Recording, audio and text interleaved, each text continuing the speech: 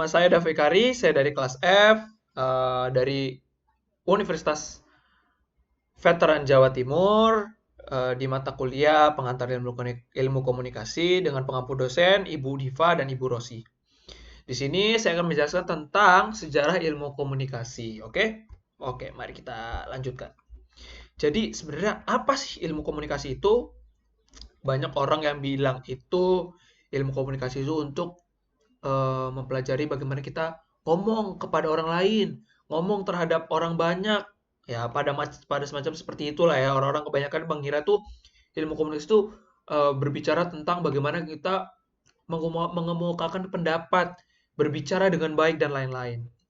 Tetapi lepas dari itu, ada seorang filsuf dari Yunani yaitu Aristoteles, di mana dia ini orang yang pertama kali mengemukakan tentang inti dari ilmu komunikasi itu sendiri, di mana bahwa dalam ilmu komunikasi itu terdapat komunikator, pesan, dan penerima. Tentu saja, di mana ilmu komunikasi atau komunikasi itu harus ada, yaitu komunikator, yaitu orang yang memberikan informasi atau memberikan pesan, lalu ada pesan yang dia sampaikan, dan ada penerimanya tentunya, di mana orang penerima itu adalah yang menerima dari pesan yang dikatakan dari komunikator itu sendiri.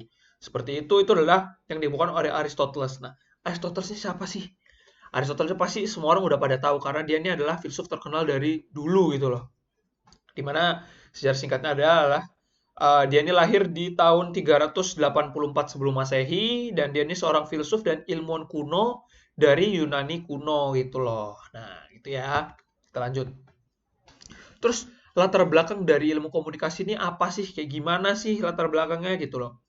Pada awalnya itu sebenarnya ilmu komunikasi ini orang itu nggak menganggap bahwa ilmu komunikasi atau komunikasi itu sesuatu hal yang penting dan diabaikan saja oleh orang-orang gitu loh. Sampai pada akhirnya di abad kelima, tepatnya di Yunani, yaitu mereka tuh sudah mulai mengkaji pernyataan bahwa antar manusia itu diberi retorika gitu loh. Retorika itu adalah seni berpidato atau argumen yang bertujuan untuk mengajak gitu loh. Jadi pada intinya eh, orang-orang ini tuh mengartikan bahwa ilmu komunikasi itu dulu itu sebagai untuk acuan untuk mengajak seseorang, mengajak orang-orang banyak gitu loh. Atau lebih lebih ini tuh adalah persuasi gitu loh ya kan, menyuasi orang gitu. Lalu sampai pada saat itu ilmu komunikasi ini berkembang seiring berjalannya waktu, mulai bertambah ilmu-ilmu dan orang itu bisa dinyatakan ilmu komunikasi itu sampai di tahap kampanye. Kampanye itu termasuk dalam komunikasi gitu loh, dimana komunikasi antara satu orang dengan orang banyak dan berlanjut ke komunikasi di zaman sekarang yaitu sudah menggunakan era-era modern ini menggunakan internet, aplikasi dan lain-lain. Seperti itu. Lalu kita lanjut ke sejarah singkat dari tahun ke tahun dari prasejarah. Ini adalah sejarah singkat mengenai teknologi di ilmu komunikasi gitu loh. Teknologi komunikasi-komunikasi. Itu yang pertama di tahun 3000 sebelum Masehi itu udah muncul yaitu simbol dari piktograf. Nah, piktograf itu adalah suatu simbol yang dibuat oleh bangsa Sumaria gitu loh ya.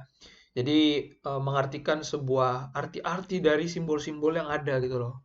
Sama juga halnya di tahun 2900 sebelum Masehi. Di mana di sini tuh menggunakan huruf hieroglif. Nah, hieroglif ini kalau yang tadi itu piktograf dari Sumaria, kalau ini dari Mesir kuno. Jadi ini di mana setiap ungkapan dari hieroglif ini itu memiliki makna tersendiri gitu loh. Jadi misalnya ada bentuk kuda misalnya gitu kan. Nah, itu artinya apa gitu. Nah, jadi setiap simbol itu huruf-hurufnya itu memiliki arti tersendiri di Mesir kuno. Lalu lanjut yaitu teknologi selanjutnya itu di tahun 500 sebelum Masehi. Munculnya serat papirus yang digunakan sebagai media kertas dan mulai untuk menulis gitu loh. Nah, serat papirus ini terdapat di dekat Sungai Nil, di mana Sungai Nil yaitu ada di Mesir. Jadi udah pada pasti tahu lah sungai terbesar ya kan. Nah, serat papirus ini itu adalah suatu media yang paling kuat pada zamannya gitu loh untuk menyampaikan informasi gitu. Nah, terus lanjut lagi ke 105 Masehi di mana Cina itu berhasil menemukan kertas yang terbuat dari serat bambu. Nah, ini adalah sebenarnya yang Cina temukan ini sudah banyak gitu. Kita bisa temukan di film-film, terutama di film-film Asia ya tentunya. Kalau misalnya pernah nonton gitu pasti muncul lah nih banyak orang menulis di serat kertas ini yang terbuat dari bambu. Nah, cara buatnya itu sebenarnya pada zaman dahulu tuh dengan cara dihaluskan dulu, habis itu dicuci, disaring, habis itu diratakan dan dijemur gitu loh. Jadi baru habis itu digabung-gabungkan dan dijadikan suatu kertas untuk menulis. Oke, lanjut. Nah, ini adalah contoh-contohnya yaitu piktograf yang tadi saya kasih tahu. Terus ada hieroglif, ada serat pohon papirus nih. Pasti sering lah ngeliat dari semua ini pasti kalian pasti pernah lihat lah. Terutama di film-film yang kayak berkaitan dengan zombie-zombie gitu kan. Nah, itu pasti tuh zombie-zombie terus orang-orang Mesir-Mesir tuh pasti ada banyak tuh yang hieroglifnya ini. Biasanya di batu-batu ya kan. Lanjut lagi di zaman mulai ke sejarah singkat di tahun ke tahun dari modern di era-era modern di era maju ini yaitu pada tahun 1455 pertama kali ditemukan atau dikembangkan mesin cetak berbasis tinta dan movable oleh Johann Gutenberg.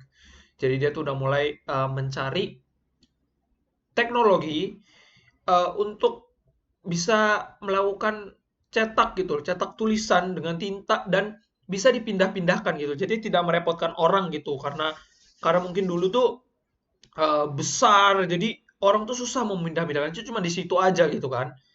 Nah, habis itu lanjut ke tahun 1830, 1837 dan 1877. Sering berjalan waktu itu ditemukannya atau dikembangkannya program komputer. Lalu ada juga Morse dan pertama kali adanya telepon. Telepon yang dulu banget lah pasti sering juga nonton di film-film yang dulu tuh telepon-telepon zaman dulu tuh kemudian yang diputer-puter. Terus ada lagi yang lainnya. Program komputer ini dikembangkan pada tahun-tahun ini. Lalu ada Morse juga. Morse itu kalau kalian pasti pernah belajar sih di pramuka biasanya. Ada Morse ini. Morse ini adalah suatu suara yang menggambarkan huruf dan dipakai untuk berkomunikasi antara orang yang jauh dengan orang jauh gitu. Kayak misalnya dari sini 200 atau 300 meter ke depan atau 400 meter ke depan kan kita nggak tahu dia ngomong apa. Tapi karena ada Morse ini membantu kita untuk memahami apa yang dibicarakan gitu loh. Terus lanjut di tahun 1939 di mana di tahun ini tuh baru pertama kali ditemukannya komputer elektrik digital pertama oleh Dr.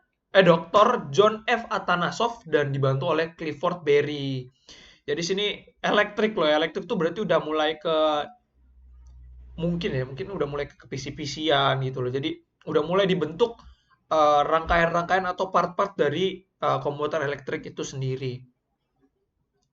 Lalu di tahun 1973 sampai 1990 itu di masa ini orang itu sudah mulai dikenalkan oleh namanya internet dengan singkatan Interconnected Networking yang dibangun oleh ARPANET dari USA. Ya memang si USA ini emang suatu negara yang membuat suatu perubahan-perubahan yang besar lah. Jadi tidak diherankan gitu loh. Nah, mereka tuh membuat atau memperkenalkan istilah internet sampai sekarang ini gitu loh. Nah, dari sini tuh adalah cikal bakal yang kita pakai sampai saat ini, seperti saya bilang. Lanjut. Inilah contoh-contohnya di mana itu ada komputer zaman dahulu, terus ada telepon dulu, telepon zaman dahulu kala, terus ada kode Morse. Sebenarnya kode ini banyak sih ya yang bisa kita terapkan di sini. Mungkin dari yang tet tet tet. Nah, itu juga termasuk kode gitu loh kalau misalnya dari via telepon gitu ya. Ini adalah komputer zaman dahulu contohnya dan sampai saat ini yaitu internet untuk menghubungkan orang lain dengan orang-orang yang lainnya. Lalu di tahun 1991 sampai saat ini itu mulai ada sistem IT gitu loh. Pertama kali terjadi dan adanya WWW. Pasti nggak ada yang tahu nih. Pasti sedikit orang tahu tentang WWW nih. WWW itu adalah singkatan dari World Wide Web. Yang biasanya kalau misal kita mau nge-search di atas itu ada tulisan pasti ada www-nya gitu loh. Kalau nggak HTTP gitu kan. Nah, semenjak dari sini mulai berkembang pesat sampai saat ini di dunia per-IT-an atau internet gitu loh. Nah, di sini saya mengemukakan tentang pengertian tentang ilmu komunikasi dari Joseph A. De Vito, selain dari Aristoteles tadi yang di awal, yaitu di mana komunikologi adalah ilmu komunikasi, utamanya komunikasi yang dilakukan oleh dan di antara manusia. Pasti. Jadi, pada garis besarnya itu adalah komunikasi itu adalah suatu perbincangan atau komunikasi antar manusia dan manusia. Nggak mungkin orang komunikasi dengan sendiri gitu loh. Orang komunikasi sendiri ya berarti, waduh bahaya bisa dipertanyakan gitu loh. Kalau misalnya dia komunikasi dengan dengan sendiri kayak ngomong-ngomong sendiri, aduh ini orang ngomong sama siapa gitu loh ya kan.